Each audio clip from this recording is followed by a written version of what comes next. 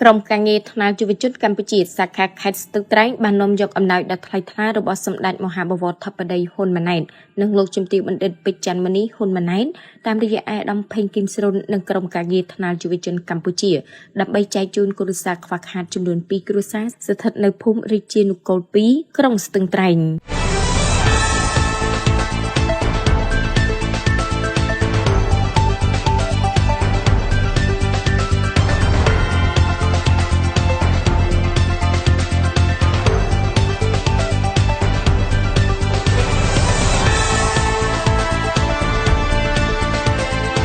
នៅថ្ងៃទី28ខែកុម្ភៈឆ្នាំ2026ក្រុមការងារថ្នាក់យុវជនកម្ពុជាប្រចាំសាខាខេត្តស្ទឹងត្រែងបានអញ្ជើញចូលរួមចែកអំណោយជូនគ្រួសារជួបការខ្វះខាតចំនួន2គ្រួសាររស់នៅភូមិរាជានុគរ2សង្កាត់ស្ទឹងត្រែងក្រុងខេត្តស្ទឹងត្រែងពិធីបានធ្វើឡើងក្រោមវត្តមានលោកវង្សសុភីប្រធានកិត្តិយសនិងលោកឆោមសម្បត្តិពេញប្រធានប្រតិបត្តិសមាគមនិងមានការចូលរួមពីអនុប្រធានខេត្តចំនួន9នាក់ហើយក្នុងនោះអនុសាខាក្រុងស្ទឹងត្រែងដឹកនាំដោយលោកស្រីខុនណារីចំនួន15នាក់ព្រមទាំងស្រុកបុរីអូស្វាយសែនជ័យចំនួន1នាក់ផងដែរ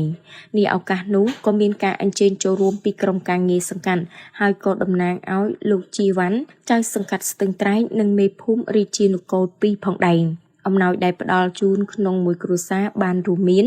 ដូចខាងក្រោមអង្គរ2បេមី1កេសទឹកត្រី1យួរត្រីខ1យួរទឹកស៊ីអ៊ីវ1យួរប៊ីចេង1ថង់និងថវិកាទាំង2គ្រួសារសរុប130,000រៀល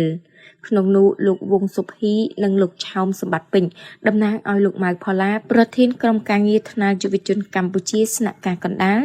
និងតំណាងឲ្យអាដាមប្រធានកិត្តិយសថ្នាក់កណ្ដាលផេងគឹមស្រុនក៏បានពំនាំប្រសាសន៍ដ៏ថ្លៃថ្លាផ្ដាំផ្ញើសាកសួរសុខទុក្ខពីសំណាក់សម្ដេចធិបតីហ៊ុនម៉ាណែតនាយករដ្ឋមន្ត្រីនៃព្រះរាជាណាចក្រកម្ពុជានិងលោកជំទាវបណ្ឌិតដោយក្តីនឹករលឹកដល់បងប្អូនប្រជាពលរដ្ឋដែលមានវត្តមាននៅទីនោះផងដែរដែលឡែកលោកឆោមសម្បត្តិពេជ្រប្រធានប្រតិបត្តិក្រុមការងារថ្នាក់យុវជនកម្ពុជាប្រចាំសាខាខេត្តស្ទឹងត្រែងបានមានប្រសាសន៍ថាបងប្អូនត្រូវតែចេះថែរក្សាសុខសន្តិភាពនិងសុខភាពហូបស្អាតរស់នៅស្អាតហើយលោកក៏បានបញ្ជាក់ថាផឹកទឹកត្រូវនឹកដល់ប្រភពជ្រកក្រោមម្លប់ត្រូវនឹកដល់អ្នកដាំយើងទាំងអស់គ្នាត្រូវគាំទ្រសម្ដេចតេជោហ៊ុនសែននិងសម្ដេចធិបតីហ៊ុនម៉ាណែតដើម្បីដឹកនាំប្រទេសជាតិបន្តទៀតលោកវង្សសុភីប្រធានកិត្តិយសប្រចាំសាខាខេត្តស្ទឹងត្រែងបានសម្ដែងនៅទឹកចិត្តរីករាយហើយក៏សូមអរគុណសន្តិភាពនិងអរគុណក្រុមការងារថ្នាក់យុវជនកម្ពុជាប្រចាំសាខាខេត្តអនុសាខាក្រុងស្រុងដែលជានិច្ចការបានសហការគ្នាបានល្អចូលរួមធ្វើការងារមនុស្សធម៌ជួយសង្គមហើយជាចុងក្រោយលោកវង្សសុភីតាំងនាមឲ្យថ្នាក់ដឹកនាំថ្នាក់យុវជនកម្ពុជាថ្នាក់កណ្ដាលបានជូនពរដល់បងប្អូននិងសមាជិកសមាជិកា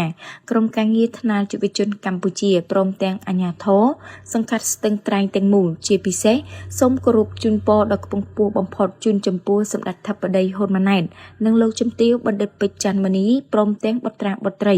សូមឲ្យជួបពុទ្ធពរទាំងឡាយ4ប្រការគឺអាយុវណ្ណៈសុខៈពលៈកំបីឃ្លៀងឃ្លាតឡើយ